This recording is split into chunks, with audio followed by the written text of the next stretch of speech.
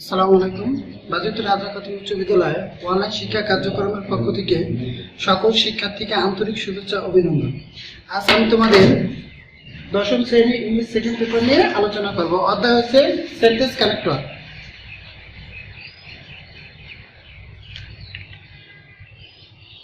লেখি অধ্যায় হচ্ছে সেন্টেন্স কানেক্টর। সেন্টেন্স কানেক্টর কি? সেন্টেন্স কানেক্টর হচ্ছে এক ধরনের লিঙ্কিং ওয়ার্ড।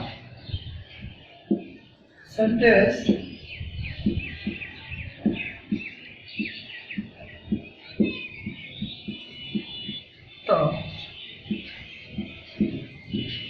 হচ্ছে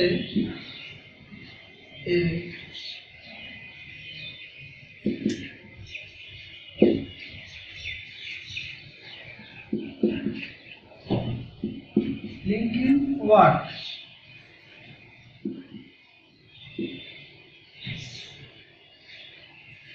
লিঙ্কিং ওয়ার্ড কি তা নিয়ে আলোচনা করব।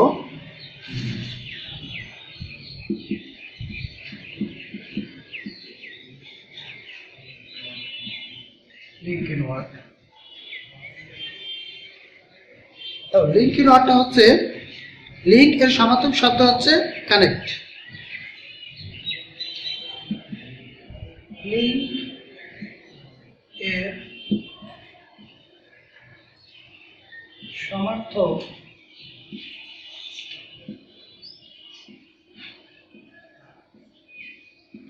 হচ্ছে কানেক্ট।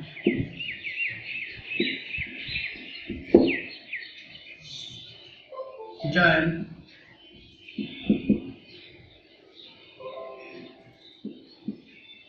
ইউনিট অর্থাৎ সংযুক্ত করা।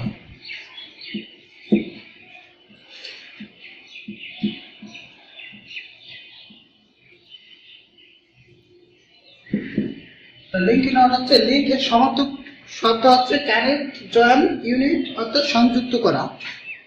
আমরা লিঙ্কিং ওয়ার্ডটা কি তা এবার জানবো।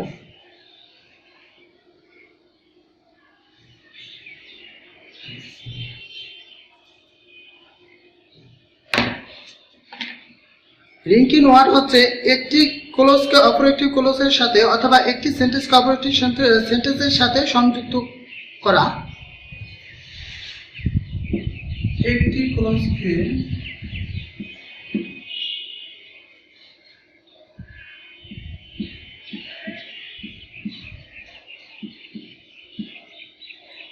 অপর একটি ক্লোজ এর সাথে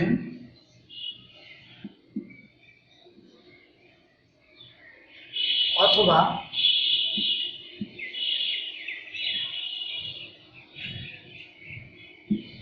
একটি সেন্টেন্সকে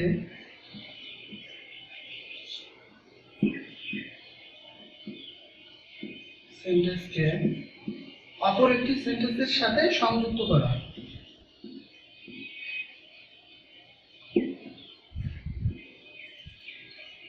অপর একটি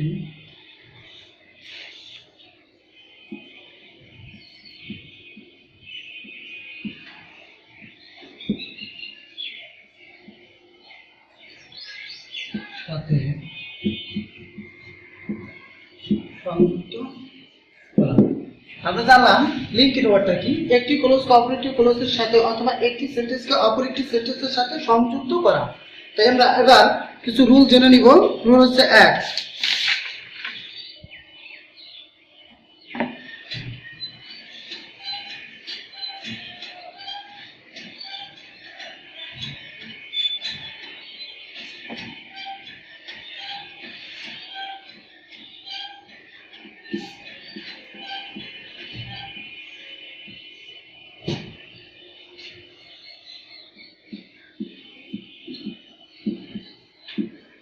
ডাবল কমা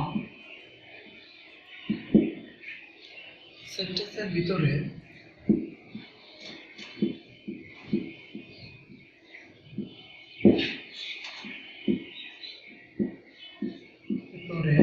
অবলিক সাবজেক্টের পরে লিখছি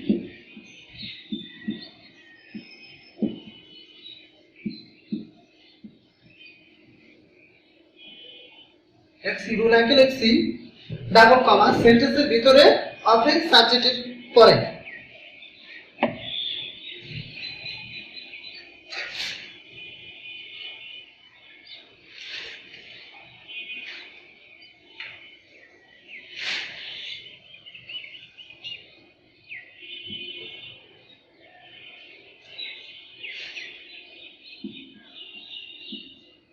How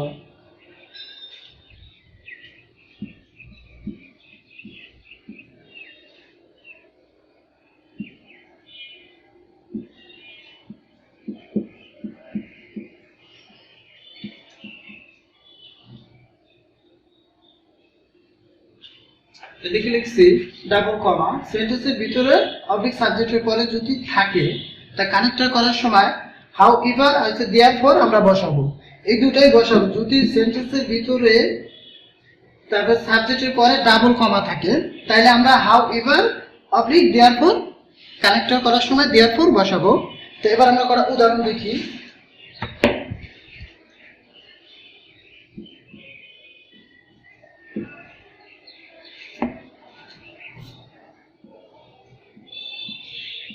You are a helpful person.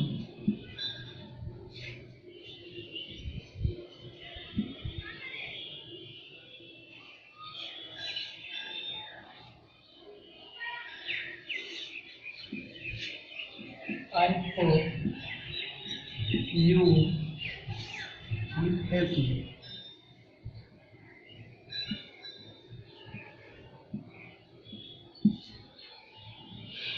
উদাহরণটা হচ্ছে you are a helpful person, তুমি একজন আশাবাদী লোক।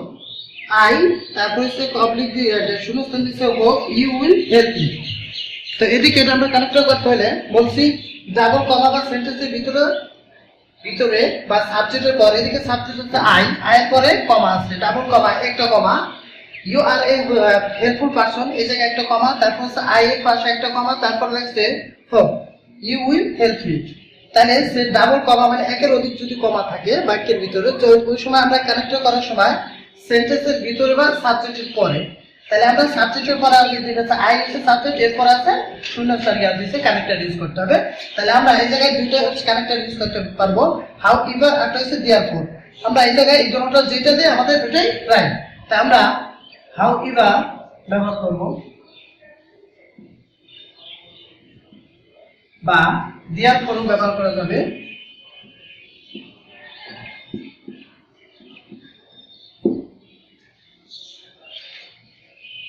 কারেক্টর করার সময় এরকম অনেক বাক্য কারেক্টর সেন্টেন্সে থাকে, যদি আমরা রুল করা জানি ডাবল কমা থাকলে আমরা ওই জায়গায় এই দুটাই শুধু ব্যবহার করব, এই দুটা হাউ ইভার আর দেয়ারফর, আর কিছু ব্যবহার করব না যদি ডাবল কমা থাকে।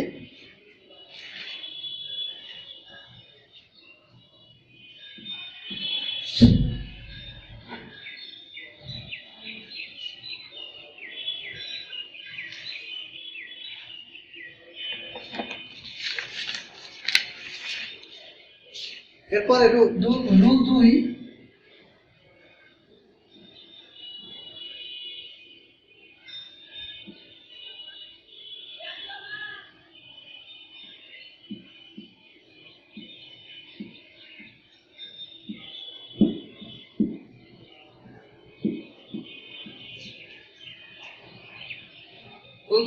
সমজাতীয় সেন্টেন্স পূর্বের দেওয়া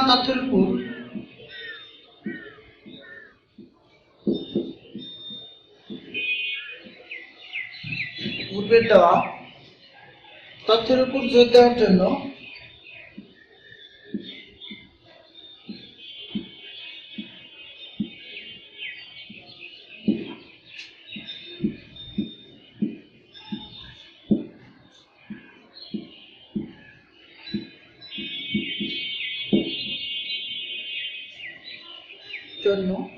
আরো তথ্য সংযুক্ত করতে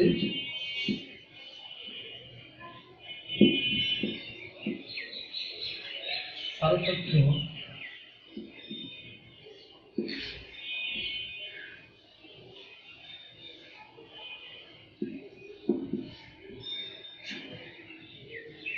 সমাধান সেন্টেন্স পূর্বে দেওয়া তথ্যের উপর জোর দেওয়ার জন্য আরো তথ্য সংযুক্ত করতে, মানে পূর্বে যা আছে এটার উপর যদি আরো জোর মানে একটু জোর দেওয়ার জন্য আরো কিছু সংযুক্ত করতে।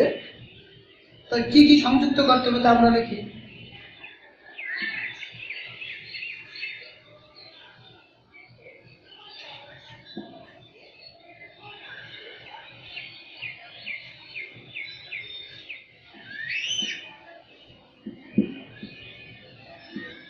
Besides,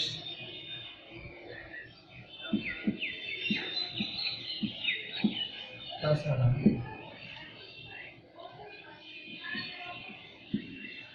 মোর ওভার, তাছাড়া ইন এডিশন, তাছাড়া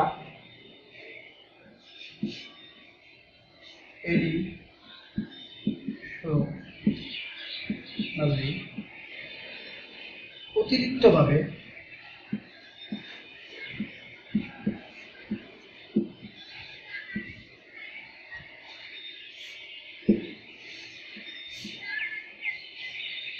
further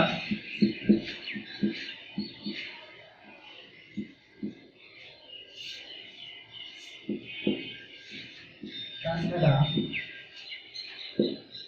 furthermore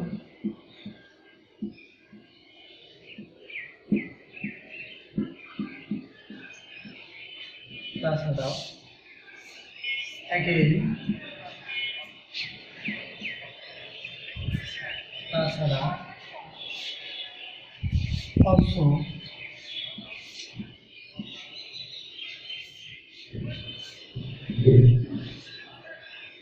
আরো সমাধানের সেন্টেন্স পূর্বে দেওয়া তথ্যের উপর জোর দেওয়া, পূর্বে একটা তথ্য দেওয়া থাকবে এর উপর যদি আমরা একটু জোর দেই তাহলে এই সব বাক্য করা ইউজ করতে হবে কানেক্টরে। এটা যে 6টা বাক্য আছে 8টা বিসাইড, তাছাড়া তারপর হচ্ছে মোর ওভার হচ্ছে, তাছাড়া ইন এডিশন হচ্ছে, তাছাড়া এডিশনালি হচ্ছে অতিরিক্তভাবে, তারপর হচ্ছে ফাদার, তাছাড়া ফাদার মোর, তাছাড়া তারপর হচ্ছে अगेन, তাছাড়া অলসো আরো। পূর্বে একটা তথ্য দেওয়া থাকতো তার উপর যদি অতিরিক্তভাবে আমরা জোর দিই তাহলে এই করা শব্দ আমরা ব্যবহার করব কানেক্টরে, এছাড়া অন্য শব্দ আমরা ব্যবহার করব না। তা আমরা একটা উদাহরণ দেখি।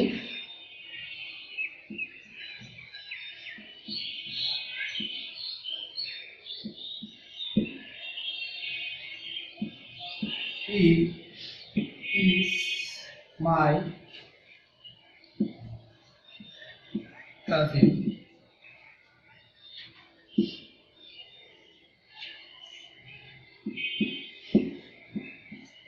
The food company.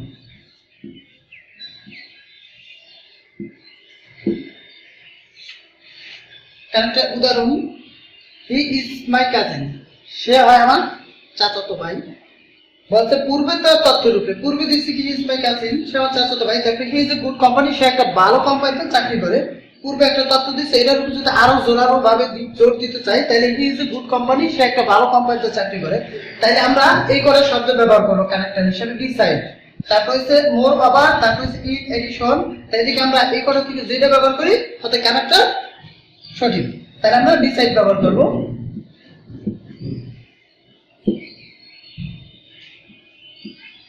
সে আমার চাচাতো ভাই হওয়ার সাথে সে একটা ভালো কোম্পানিতে, পাশাপাশি ভালো একটা কোম্পানিতে চাকরি করে। এবার 2 উদাহরণ 2 দেখো আমরা। I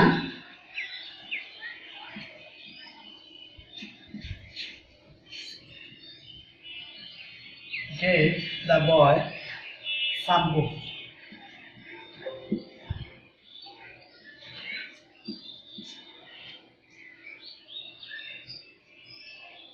Yeah. I gave the boy some books. Dash I give him some money.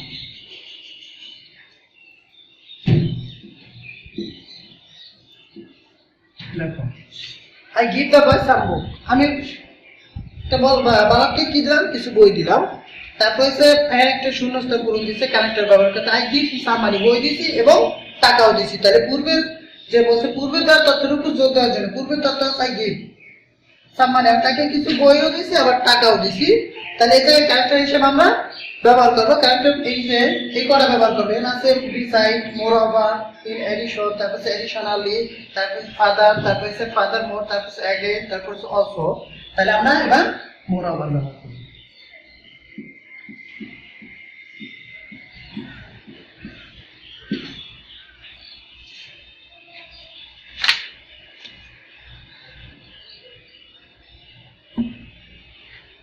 এরপর আমরা 3 নম্বর রুল নিয়ে আলোচনা করব। দেখো তোমরা 3 নম্বর রুলটা,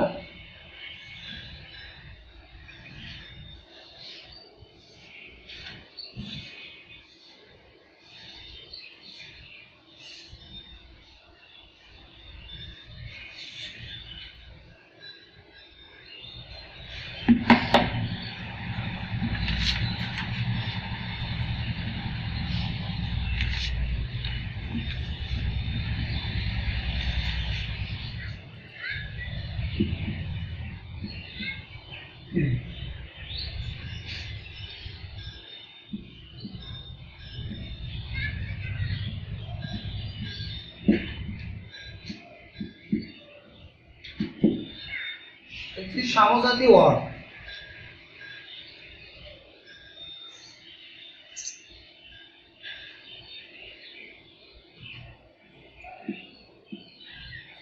and as well as not only but also either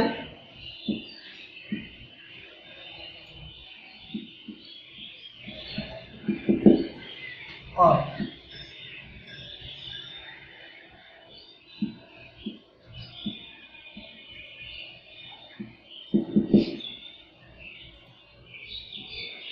not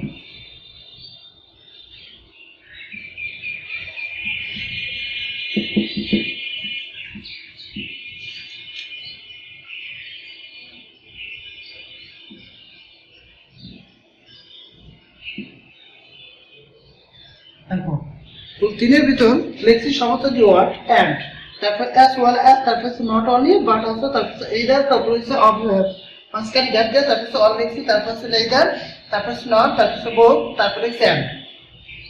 rule 3 এর ভিতর আন্ডারস্ট্যান্ডিং বিষয় হচ্ছে যদি তোমার either থাকে তারপরে তুমি আর কল্পনা করবা either থাকলে তুমি or ব্যবহার করতে পারবা।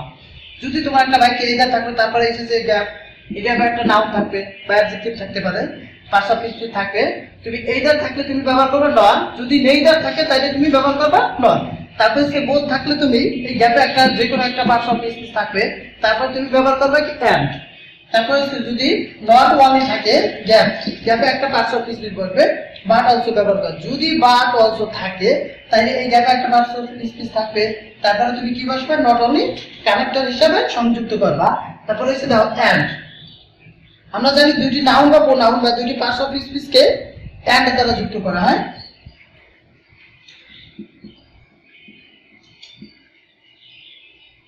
and কোথায় বসে আমরা এবার জানবো।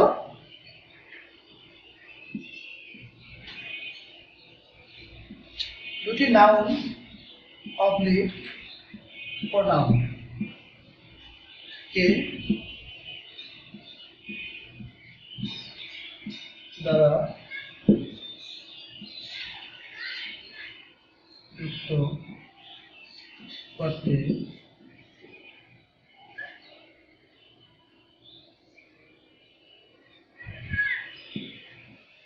মানে যদি দুইটা নাউন দেখো, কোনো কিছু নাউনকে নাউন করে দুইটি নাউন বা প্রোনাউনকে and দ্বারা যুক্ত করা হয়, অনেক সময় আমরা তখন কি করে ব্যবহার করব and ব্যবহার করব। যেমন উদাহরণ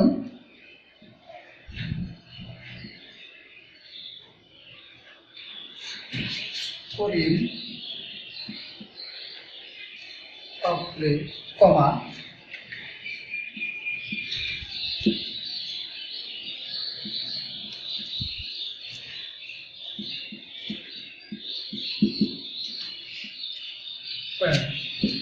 এদিকে লিখছি করিম এন্ড রহিম আর ফ্রেন্ডস। করিম এবং রহিম দুই বন্ধু।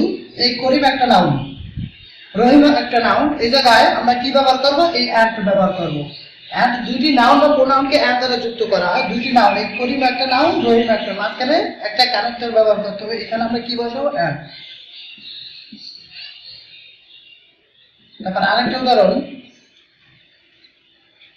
হি আই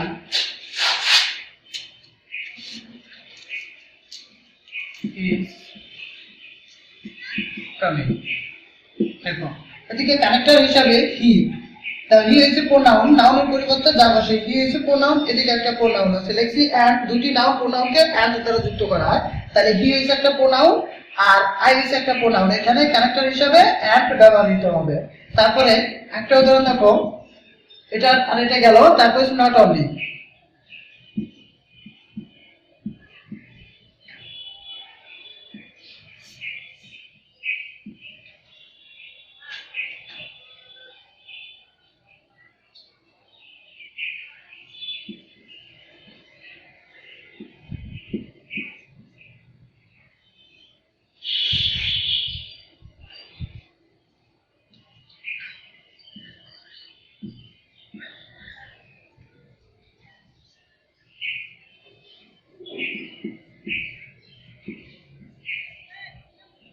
এদিকে কানেক্টর নট অনলি আছে। আমরা জানি যদি নট অনলি থাকে তাহলে পরবর্তী কানেক্টর হিসাবে যে বাক্যটা থাকবে, পরবর্তী শুনে নট অনলি বাক্যের ভিতর যদি থাকে, এদিকে নট অনলি বাক্যের ভিতর আছে, তাহলে কানেক্টর হিসাবে আমরা কি বাট অলসো ব্যবহার করব।